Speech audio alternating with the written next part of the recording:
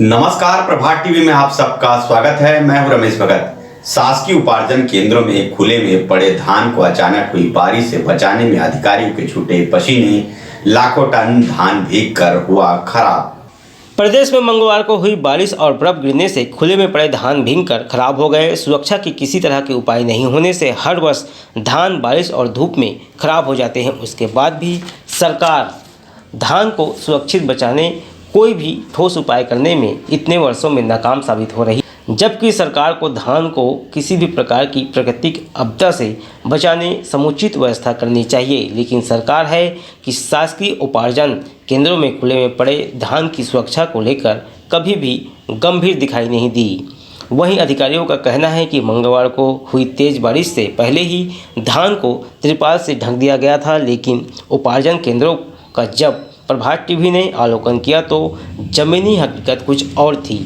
कुछ धान को अधिकारी ढकने में सफल हो गए, लेकिन आधे से ज़्यादा धान बारिश में भीग गए और कुछ तिरपाल ऐसे थे जो बहुत पुराने थे, जो जगह जगह से फट गए थे, जिससे बारिश का पानी धान को गीला कर दिया, जिसे अधिकारी आन फान में सुरक्षित स्थानों में रखवाने में लगे रहे। हमारे यहाँ सभी स्टेक ढका हुआ है और अभी तक तो कोई नुकसान वाली बात ही नहीं है। अभी तक 14,000 खरीदी हो चुका है क्विंटल। पिछले साल की अपेक्षा मेरे यहाँ 50% हो गया है और 7,000 क्विंटल 7,500 क्विंटल का उठाव हो चुका है और सभी में मेरा तिरपाल लगा हुआ है सभी स्टेक में। मेरे यहाँ तो ज़्यादा धान का उत्पादन नहीं है। मेरे यहाँ अभी तक लगभग 12,900 कुंटल धान खरीदी हुई है और 5,400 कुंटल का धान उठाव हो चुका है। और जितने मेरे यहाँ धान है उसको सुरक्षित रखने के लिए पर्याप्त तारपुलिन भरने के लिए पर्याप्त सामग्री है, जिसमें अभी तक तो बारिश हुई है उससे कुछ नुकसान होने के चांस नहीं है। उसके लिए अचानक से बारिश हुआ, उस समय क्या है किसानों हमाल जो है ढक रहा था, इसी बीच में बारिश हुआ तो उसको अभी ढकना पड़ा, लेकिन उससे कोई नुकसान नहीं है, धान सुरक्षित है। वहीं इसके लिए उपार्जन केंद्रों के अधिकारी दोषी नहीं हैं। सरकार को अन्नदाताओं की मेहनत का कद्र करने की जरूरत है। सरकार को धान को बारिश और धूप से बचाने समुचित व्यवस्था करनी चाहिए। प्रभात टीवी के लिए योगेश वर्मा की रिपोर्ट। छत्तीसगढ़ में अचानक मौसम का मिजाज बदल गया है। देर शाम बदले मौसम के मिजाज से कई स्थानों में हल्की से मध्यम बारिश हुई तो बुधवार को जमकर गरज के साथ तेज बारिश हुई, जिसके कारण जनजीवन प्रभावित हुआ। छत्तीसगढ़ में मंगलवार को मौसम का मिजाज बदला रहा। कई स्थानों पर जहां हल्की से मध्यम एवं गरज चमक के साथ बौछारें पड़ी, वहीं कुछ स्थानों पर जमकर बारिश हुई। मौसम विभाग की माने तो एक ऊपरी हवा का चक्रवात का घेरा दक्षिण पश्चिम राजस्थान और उसके आसपास 1-1.5 किलोमीटर की ऊंचाई पर स्थित है। एक द्रोणिका दक्षिण पश्चिम राजस्थान से उत्तर तेलंगाना तक विदर्भ होते हुए 1-1.5 किलोमीटर की ऊंचाई पर स्थित है। एक ऊपरी हवा का चक्रवात उत्तर प्रदेश के मध्य भाग में 1-1.5 किलोमीटर तक स्थित है। इसके प्रभाव से प्रदेश के बस्तर, सरगुजा, बिलासपुर, दुर्ग, रायपुर संभाग के कई स्थानों पर हल्की से मध्यम बारिश एवं कहीं कहीं पर तेज हवा व गरज चमक के साथ बौछारें भी पड़ रही है और जिले के कुछ स्थानों में जमकर ओले भी गिरे। कोरिया में तेज हवाओं के साथ तेज बारिश हुई। मौसम वैज्ञानिकों ने बताया कि प्रदेश में 29 दिसंबर को कुछ स्थानों पर हल्की से मध्यम वर्षा होने अथवा गरज चमक के साथ छींटे भी पड़ने की संभावना है। साथ ही कुछ स्थानों पर गरज चमक के साथ ओले भी गिरने की भी संभावना जताई जा रही है। इसके अलावा जिन स्थानों पर बारिश और ओले गिरे हैं उन स्थानों पर एवं उससे लगे हुए स्थानों पर मध्यम से घना कोहरा प्रातःकाल में बने रहने की संभावना है। मौसम विभाग का मानना है कि अगले 3 दिनों तक मौसम का मिजाज बदला रहेगा। दुर्ग जिले में कार्यरत स्वयं सेविकाओं को बीते मार्च महीने से सितंबर माह तक के मानदेय का भुगतान नहीं किया गया, जिससे परेशान स्वयं सेविकाओं ने जिलाधीश के नाम ज्ञापन सौंपकर मानदेय भुगतान दिए जाने की मांग की। बुधवार को जिला मुख्यालय में सैकड़ों की संख्या में दुर्ग जिले में कार्यरत स्वयंसेवी कार्यकर्ता पहुंची और ज्ञापन के माध्यम से अपनी शिकायत जिलाधीश तक पहुंचाई। गौरतलब है कि दुर्ग जिले में कार्यरत स्वयंसेवी सेविकाओं को बीते मार्च महीने से लेकर सितंबर माह तक का मानदेय नहीं दिया गया है, जिससे वह काफ़ी परेशान है। मानदेय नहीं मिलने की स्थिति में उन्हें आर्थिक व मानसिक दोनों तरह की परिस्थितियों से जूझना पड़ रहा। स्वयं सेविकाओं का कहना है कि भरे कोरोना काल में उन्होंने घर घर जाकर अपनी सेवाएं दी, उसके बाद भी उनके वेतन का भुगतान करना सरकार जरूरी नहीं समझ रही है, जिससे अब उनके घर परिवार में भूखे मरने की स्थिति उत्पन्न हो रही है। स्वयं सेविकाओं ने प्रशासन से निवेदन किया है कि जल्द ही उनके वेतन का भुगतान सरकार करे, जिससे वह भी एक सामान्य जीवन जी सके, साथ ही वेतन में वृद्धि भी की जाए। हमारी मांग यही है कि हमारा वेतनमान समय पे दिया नहीं जा रहा है। लगभग 10-11 महीने से रोक के रखा गया है हमारा वेतन। और जो स्वयं सेविका महिलाएं जो होती हैं, बहुत सारे हमारे कार्यभार हैं जो हर क्षेत्र में अपना कार्य कर रही हैं। कोविड का टीकाकरण हुआ, उसमें भी हम लोग सर्वे भी किए हैं, गांव-गांव जाकर लोगों को प्रेरित किए हैं कि आप टीका लगवाओ। और अभी भी हम लोग ये काम कर रहे हैं, जो महाअभियान चल रहा है उसमें भी घर से लोगों को जाकर निकाल रहे हैं, प्रेरित कर रहे हैं टीकाकरण के लिए। आंगनबाड़ी से कार्य होता है, वहाँ भी बच्चों के टीकाकरण में भी हमारी सहभागिता रहती है। पोषण आहार में भी हमारी सहभागिता रहती है। चुनाव होता है उसमें भी हम ड्यूटी देते हैं। हर जगह अगर गांव में कोई कार्यक्रम हो रहा है, कोई फंक्शन हो रहा है, तो वहाँ कोई हुड़दंग ना हो, किसी भी प्रकार का हो हल्ला ना हो, इसके लिए हम लोग रात भर जागरण करके वहाँ पर अपनी ड्यूटी देते हैं। मतलब हर क्षेत्र में हम लोग अपना जो क्या चाहते हैं आप लोग? हम लोग चाहते हैं कि हमारा जो वेतनमान है उसे समय पर दिया जाए, और जो हमारा कार्य क्षेत्र है बढ़ा हुआ है, इसके आधार पे ये 1000 रुपये क्या होता है आज के समय में, तो हमारे वेतन में भी वृद्धि किया जाए। और दूसरी चीज़, हमारी आज के समय में दूसरी जगह हमें कहीं भर्तियों में शामिल नहीं किया जा रहा है कि आप लोगों को सरकारी पेमेंट मिलता है। तो अगर हम सरकारी हमें पेमेंट मिल रहा है तो प्राथमिकता हमारी बनाइए, हमें समय पर पेमेंट दीजिए, या तो हमें बर्खास्त कर दीजिए कि हमारा मतलब कहीं पे ये ना रहे कि ये लोग स्वयं सेविका है। हमारा सीधा हमें तांबा, पीतल, कांसा, aluminium, stainless steel, cooker, mixie सभी प्रकार के बर्तनों के चिल्लर एवं थोक विक्रेता। यहाँ पर कुकर, मिक्सी, गैस चूल्हा बनाए जाते हैं। अनुराग मेटल शॉप नंबर 10, नेहरू भवन road, Supela, Bhilai. Mobile number 9827187008।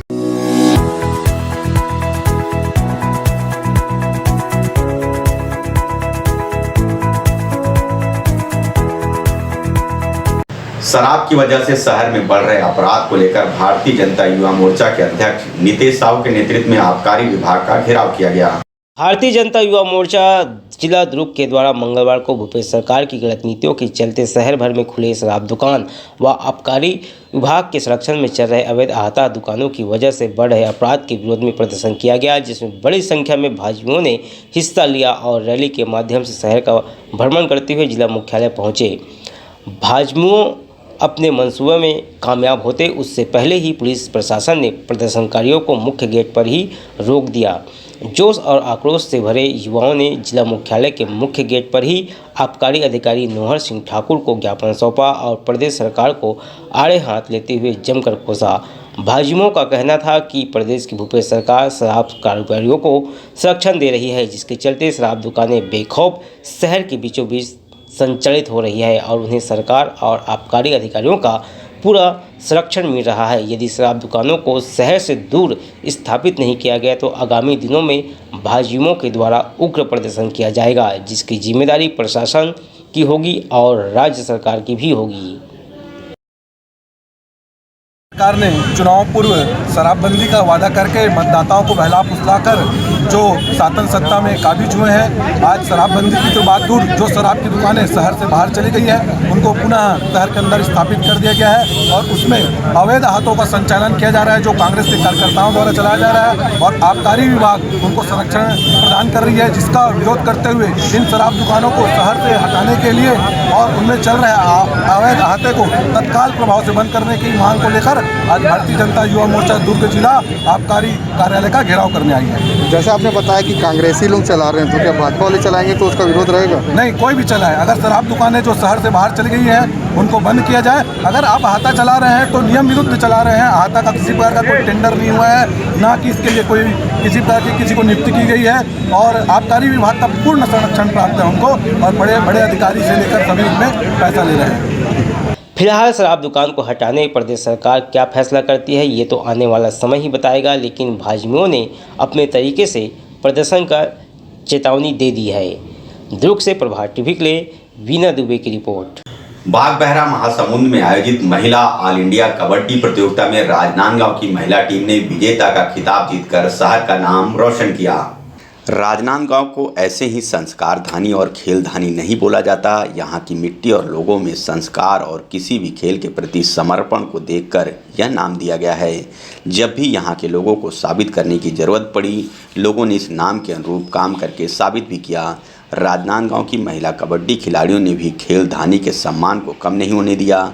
यही कारण है कि महासमुंद में 24 से 26 दिसंबर तक आयोजित महिला ऑल इंडिया कबड्डी प्रतियोगिता में राजनांदगांव की महिला टीम के खिलाड़ियों ने अपने प्रथम गेम के दौरान से ही अन्य टीमों को पछाड़ते हुए विजेता टीम के खिताब पर कब्जा जमाया। प्रथम मैच उड़ीसा की टीम के साथ हुआ तो वहीं फाइनल मैच ग्वालियर की टीम को हराकर मैच को अपने नाम कर लिया। महिला कबड्डी टीम की इस उपलब्धि से शहर गौरवान्वित हो गया है। सभी महिला खिलाड़ियों को बधाई देकर उनकी पीठ थपथपाई जा रही है। प्रभात टीवी में महिला कबड्डी टीम की इस उपलब्धि पर उन्हें बधाई देता है। आइए देखते हैं कैसे अपनी प्रतिद्वंदी टीम को पछाड़कर यह विजयी खिताब जीता है इन खिलाड़ियों ने।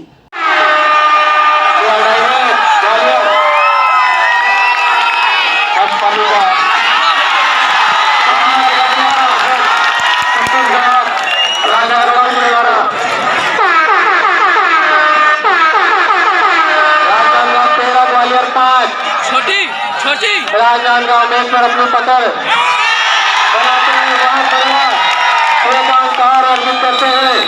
व्यापार में ज्यादा लाभ दिलाने के नाम पर तांत्रिक ने व्यापारी से ठग लिया 3 लाख। व्यापारी ने जामुल थाने में लिखाई रिपोर्ट। आज के पढ़े लिखे और सभ्य समाज में लोग बाबा और तांत्रिकों की झांसे में फंसकर लाखों रुपए गंवा रहे हैं। ऐसे ही वाकया जामुल थाना क्षेत्र के एक व्यापारी के साथ घटी। Housing board industrial area Bhilai निवासी रवि कुमार वाघे का फ्लेक्स प्रिंटिंग का काम है।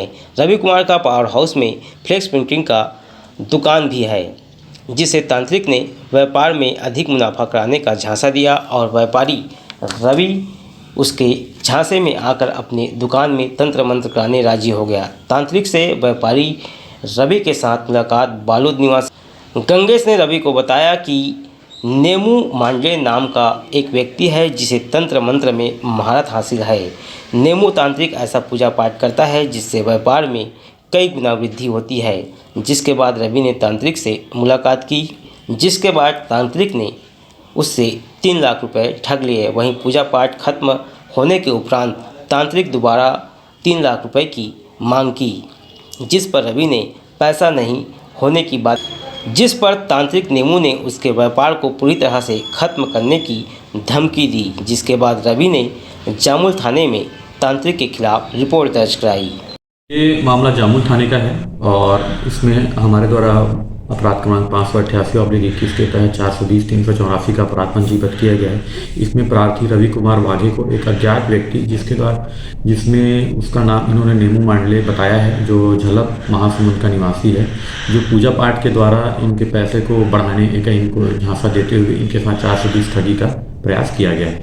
मामला इसमें ऐसा है कि इनके द्वारा इस जो प्रार्थी है उसे इस तरीके से आश्वस्त किया गया कि आप मुझे 3 लाख रुपए देंगे तो मेरे द्वारा आपके पैसे को कई गुना बढ़ा दिया जाएगा। और प्रार्थी के द्वारा पैसा जब दिया गया तो इनके द्वारा नुकसान हुआ और बाद में जब पैसे की मांग की गई तो इनको जो नेमू मांडले द्वारा डराया धमकाया गया कि आप अगर किसी को बताएंगे, पुलिस में कंप्लेन करेंगे या मुझे दोबारा पैसे की मांग करेंगे तो मैं आपको पूजा पाठ करके आपको बर्बाद कर दूँगा। इस कारण से प्रार्थी द्वारा लगभग सितंबर में हुई घटना को आज दिनांक तक बताया नहीं गया था और फिर परेशान होकर अभी इनके द्वारा शिकायत करने पर इसमें अपराध पंजीबद्ध कर कुछ पता चला।